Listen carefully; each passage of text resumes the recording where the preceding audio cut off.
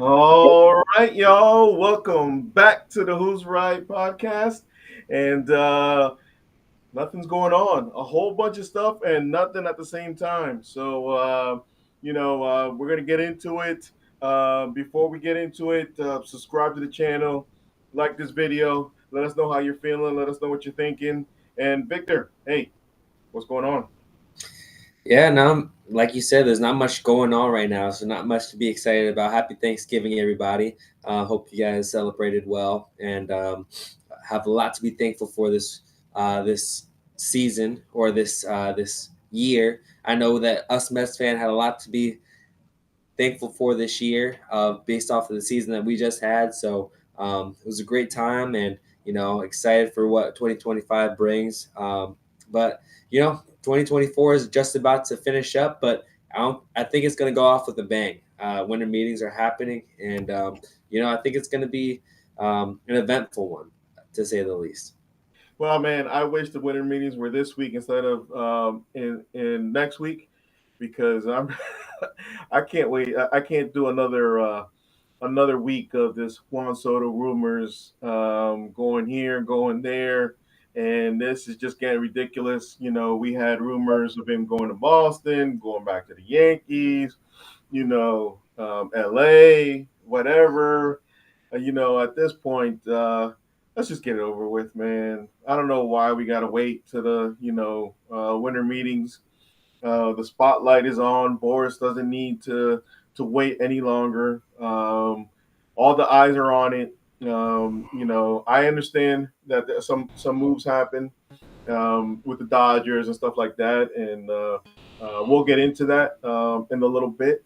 But I'm just ready for this news to be done with. We talked about it on Thanksgiving, and I'm like, let's get this done. I'm feeling anxious. I'm like Evan Roberts, thinking it's going the other way.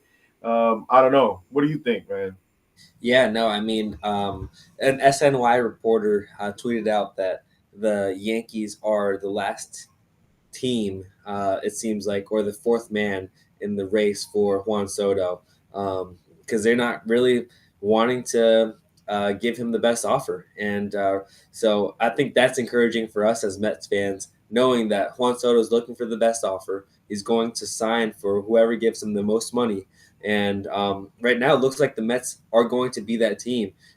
These rumors about Boston being that team is just nonsense. Not that Boston can't give that much money out, but I think we've all established as Mets fans that Steve Cohen is not going to be outbid, and he needs to prove himself. This is where he proves his namesake, right? And so all the rumors of him going to other teams are just bogus, and even the ones that are having him signing with the Mets are inaccurate because we're going to see a record-breaking contract. I think it's just like you said in negotiation phases where we won't find out until the winter meetings next week. It's going to be a frustrating week of just more of those rumors, but I'm still holding off hope that this does happen. That the Juan Soto does sign to the New York Mets. Yeah, no, and all in all, Cohen's going to offer the most money. If he goes anywhere else, it's because he took less money, and we know that at this point. Nothing's moving with the Met other than some minor league moves here and there, because they're waiting for this to happen, right? And guys like Alonso aren't going to get signed because Boris believes that the team that loses out on Soto is going to give more money to Alonso. But I don't think he's right on that. I don't think somebody's going to overpay for Alonso's services just because they lose out on Soto. I don't believe the Yankees will because I don't think he's a good fit in Yankee Stadium.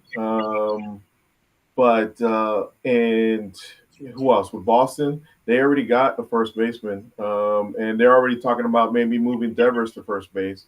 So they're not going to be in the fold. So I honestly don't understand why Pete has to wait to sign because I don't think his market's going to become bigger just because Juan Soto goes to such and such team. And so with that being said, you know, Stearns and Cohen aren't going to get outbid for Soto. So might as well get everybody else done. You see the Dodgers do it, and these are Angels did it with Kikuchi, and both of those guys are Boris clients. So let's see some other movement going on. Yeah, honestly, I don't see Alonso signing until the new year, or even closer to spring training, because he's going to try to get the most money that he can from this offseason. And I think he's probably going to hurt himself a little bit in that sense because he's going to try to wait out a contract that he's not going to necessarily get. I do think he's going to get paid, and ultimately, I do think that the Mets are going to be the ones to pay him.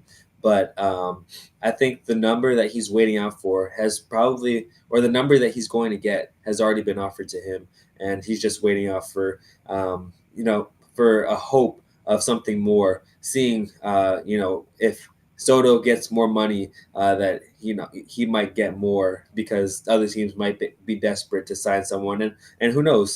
So it all depends on Juan Soto and that first domino dropping. And like you said, I do believe that we're not going to get outbid in terms of years or money, but where it does get interesting, and where I do get a little nervous, is the contract construction. What is this contract going to look like? Are there going to be opt outs after 5 years? Are there going to be opt outs after 10 years? Does you want that full 15-year contract, no opt outs?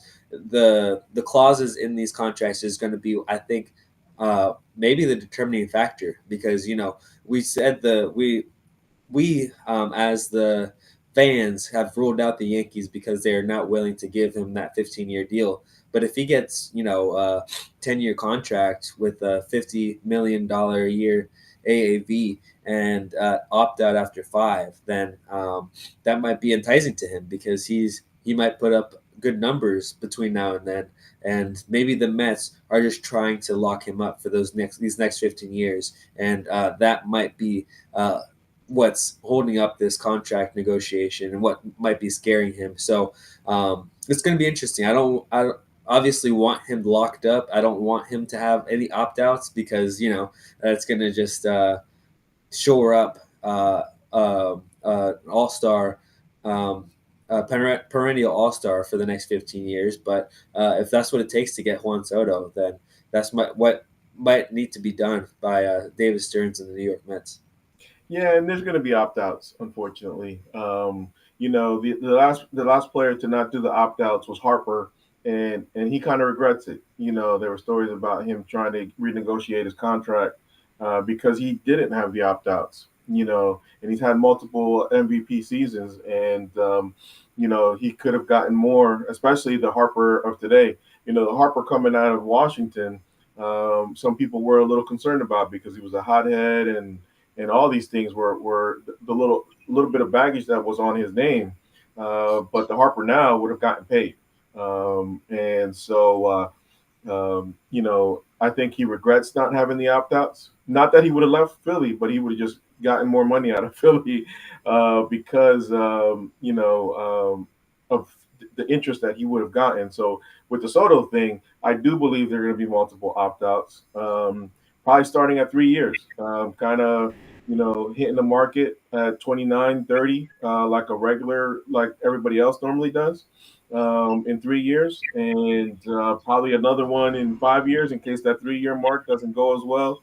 I think there's going to be multiple opportunities for him to opt out of this contract. And guess what? If I were the Mets, I wouldn't care about that because if you can pay him the most money now, guess what? You're going to be able to pay him the most money in the future.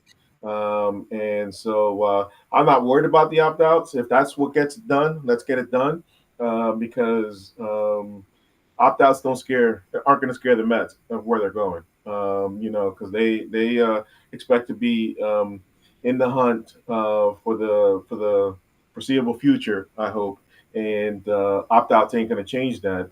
And we see the Dodgers just stacking players because people want to go there. Why? Because they built a sustainable force over there in LA. That wasn't the case 10 years ago. This is something that's been building for the last 15 years, and now they're at the point where everybody wants to go to LA, right? And that's where we want to go. And so I'm not worried about the opt outs. Let's give it to them. Let's get it done. But let's get the saga over with. I think everybody's at this point, especially with all the false rumors out there and everything. I think everybody's just exhausted with this whole thing at this point.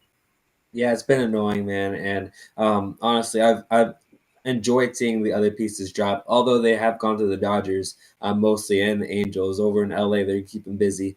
Maybe that's because all the meetings are going down over there. But I've enjoyed watching these pieces drop and big pieces at that. You know, Blake Snell going to the Dodgers. Evan Roberts on his podcast kind of pointed out that it doesn't really affect us much, so I'm not too freaked out about that. But I did want him to come over to the Mets, so that is unfortunate for me at least. I know many Mets fans were not in agreement with that. But Tommy Edman, the one who killed us, signed back with them for he signed an extension to probably shore up that shortstop spot. And the more that these pieces drop, the more that you see where these other guys are going. So Tommy Edman going to LA might mean that Willie Adames is no longer going there where he was projected to go, or a Max Fried or a Corbin Burns is probably not going to LA anymore because they got their guy. And so LA is probably not done, but they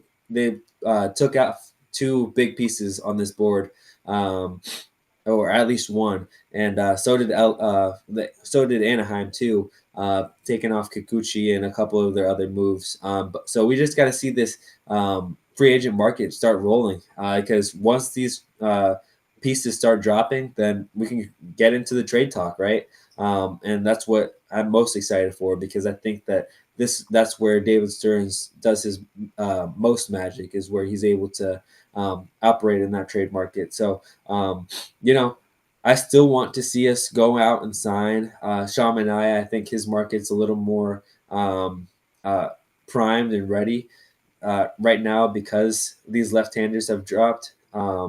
And these other pitchers, what are they affected by? Blake Snell just dropped, so we're going to be active in the pitching front. So at least let's see some pitching action going on here.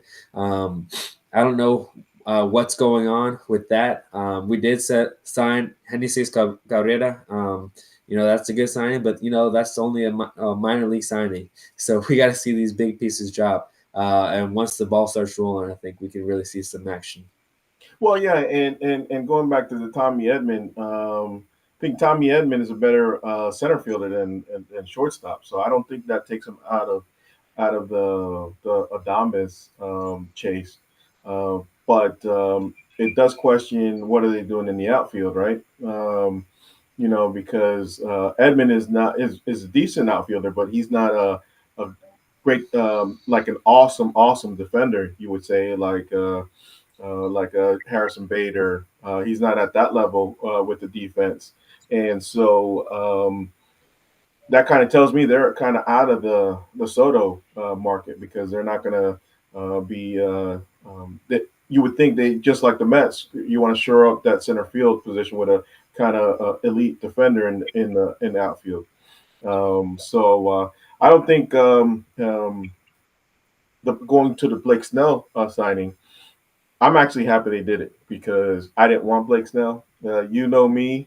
I'm on the side that doesn't trust Blake Snell. He walks too many guys.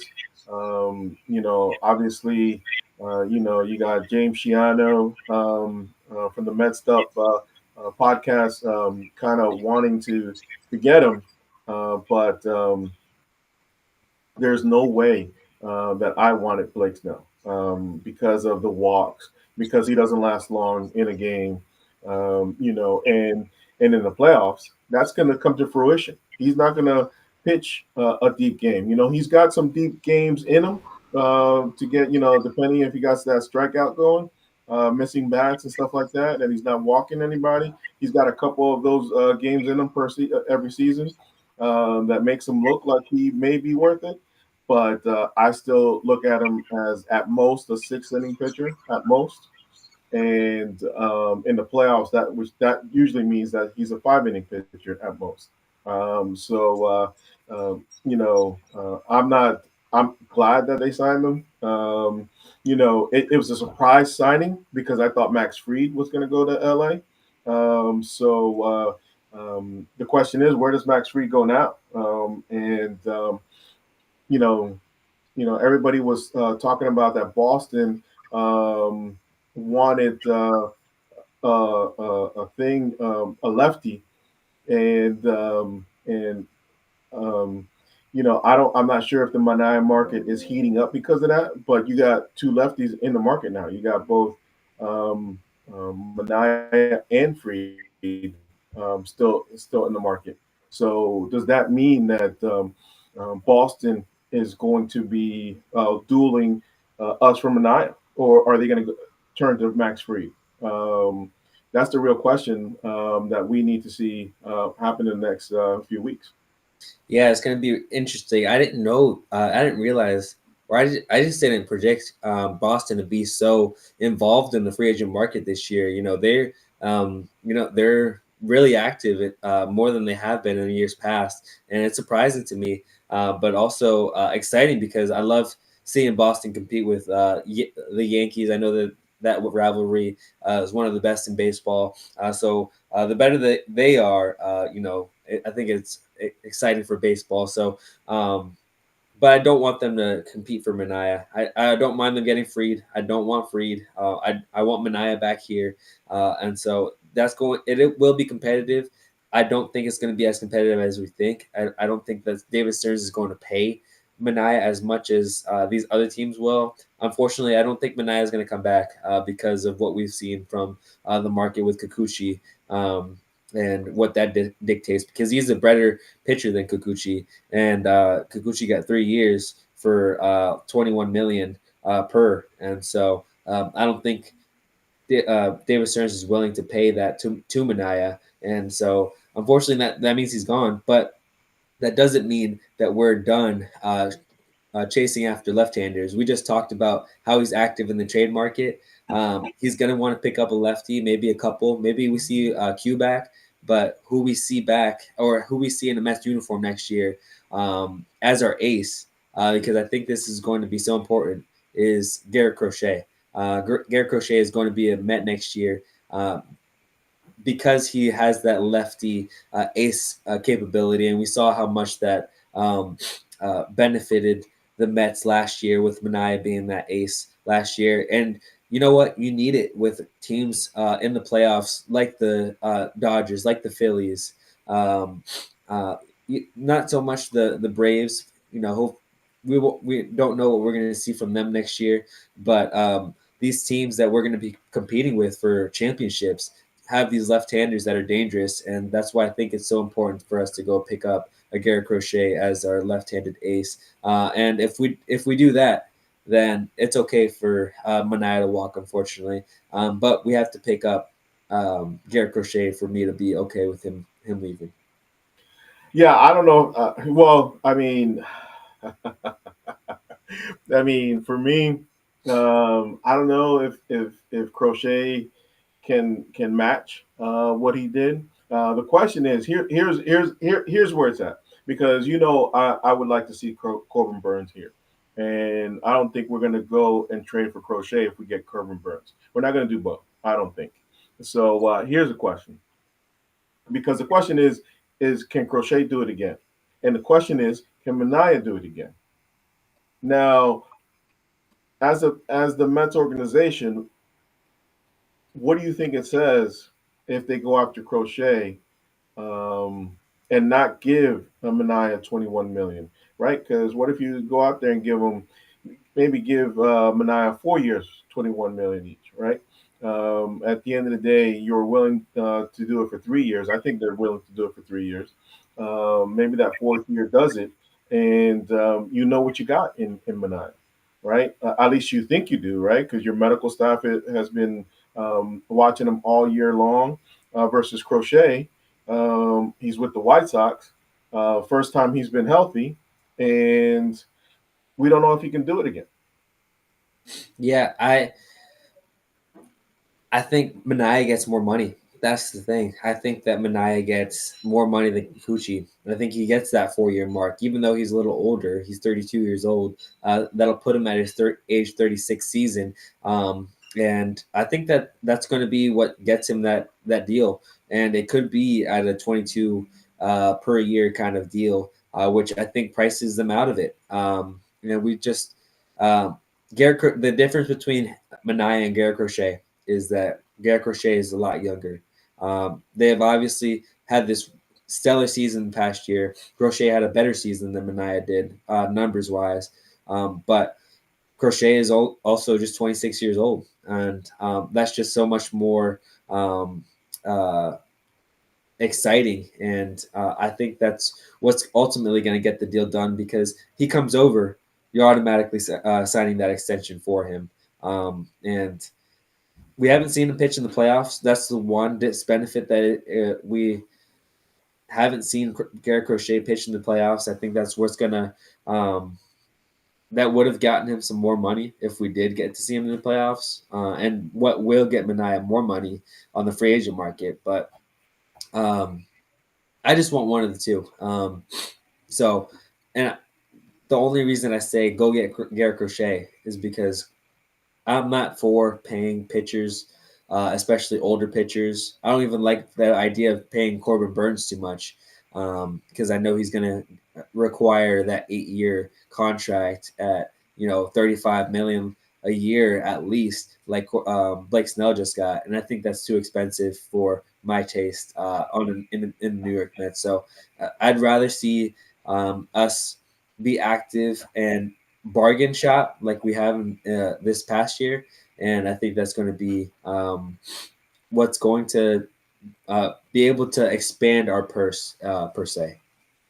Yeah, no, and I get that. I do get that. Crochet is really young, and so before we get keep going, a big shout out to Bill Biffer in the chat. Yeah, Red Sox print money for sure, and but they print money, but that doesn't mean the owner wants to spend that money. So that's the real question because they haven't been spending lately. So who knows? And yeah, I just posed that question to you because the difference is that Crochet is younger, and Crochet hopefully does stay healthy. But that's my biggest question: is if he stays healthy or not. I know that you are scared of Corbin Burns' contract, but I think it was Ryan Finkelstein that put some some stats up, and Corbin Burns kind of was following the same track as Garrett Cole, and if he follows that same track, I'm not I'm not afraid of it because not for nothing. I know we dog on Garrett Cole a lot, but if Burns follows that track, he might be worth the money. Yeah, we'll see. All I know is that these moves need to start being made. We can't really say much more on this sense. I think we'll just go back and forth because nothing's happened. I just want to see something happen this week. Hopefully, we can talk about something next week, even if it's about another team and unfortunately about a guy that we wanted and no longer can talk about wanting anymore. But you know, like Corbin Burns would be great in the Mets uniform. I don't doubt that he would be sensational, especially with Jeremy Hefner coaching him up, and hopefully he can get it back. I know that his strikeout rate has been down, and maybe I shouldn't be scared of that too much. I'm not too worried about that, but like I said, just get so nervous paying pitchers for that long. But go out and we still need three pitchers, right, to feel comfortable. I think that's that magic number. Three pitchers and two position players is what I'm comfortable with, and that's my perfect off season. Well, I So would for me it's two pitchers. I don't know if three pitchers.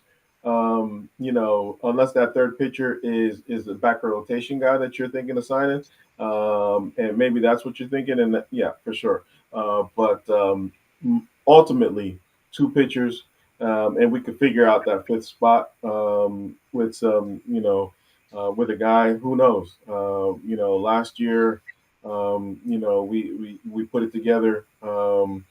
With Quintana, maybe Budo's that fifth guy, or yeah, Budos. I'm not going to even mention McGill. But maybe Budo's that fifth guy. Or Blackburn comes back healthy and is that fifth guy. So who knows? We got some options at the. Wouldn't mind signing somebody for depth, but my absolute minimum is two. Getting two guys in here. And I'm with you. Let's start seeing some movement.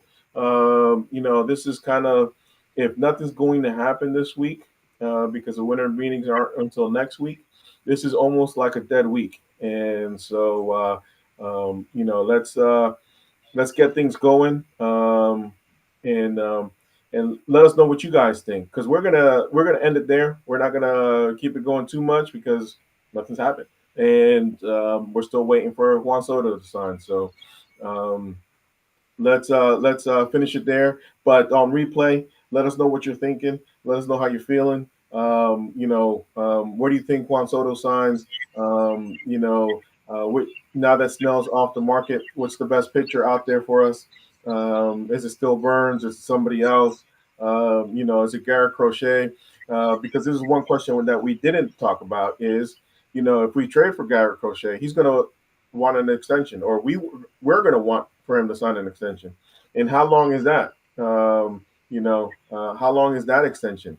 Because at the end of the day, are we going to sign him to a short extension? I don't think so, because he's 25, right? So he's going to be a long term deal, at least 5 to 6 years. And if that's the case, um, why not Burns? If you're going to sign Crochet, do you think Crochet is that much better than Burns? That's the real question, I guess, right? Because you're going to be signing for a big deal regardless. I don't know. What do you think about that? yeah, no, I think his contract is going to be more valuable because he's getting those. We're getting those younger years, and I don't think that he's going to sign uh, for that much, uh, for that 35 million a year mark. I think he's going to be cheaper. I think you can get him for 25 million a year, and that saves you 10 million a year on the books, and you can do a lot with that, and put that into the reliever market if you really wanted to. So that's why I think it's more valuable. Not necessarily that he's a better pitcher because Corbin Burns is more proven, but just in terms of face value, because he's young, because he's cheaper. I'd rather see Garrett Crochet than a Corbin Burns. No, I get that. I get that. Let us know, guys, how you're feeling in the replay. Let us know what you're thinking. And like the channel, like this video, subscribe to the channel. Victor, any last words? Nah, man, it's all baseball from here on out. This is where it heats up. Like I said, let's go out 2024 with a boom. Advent season is here, so got a lot to be grateful for, like we said, and a lot to look forward to as well. So let's go Mets, and Merry Christmas early. Yeah, let's hope it's an early Christmas. Let's hope something happens this week, and we get an early Christmas present. But guys, yeah, a lot to be thankful for this holiday season. So until next week, let's go Mets.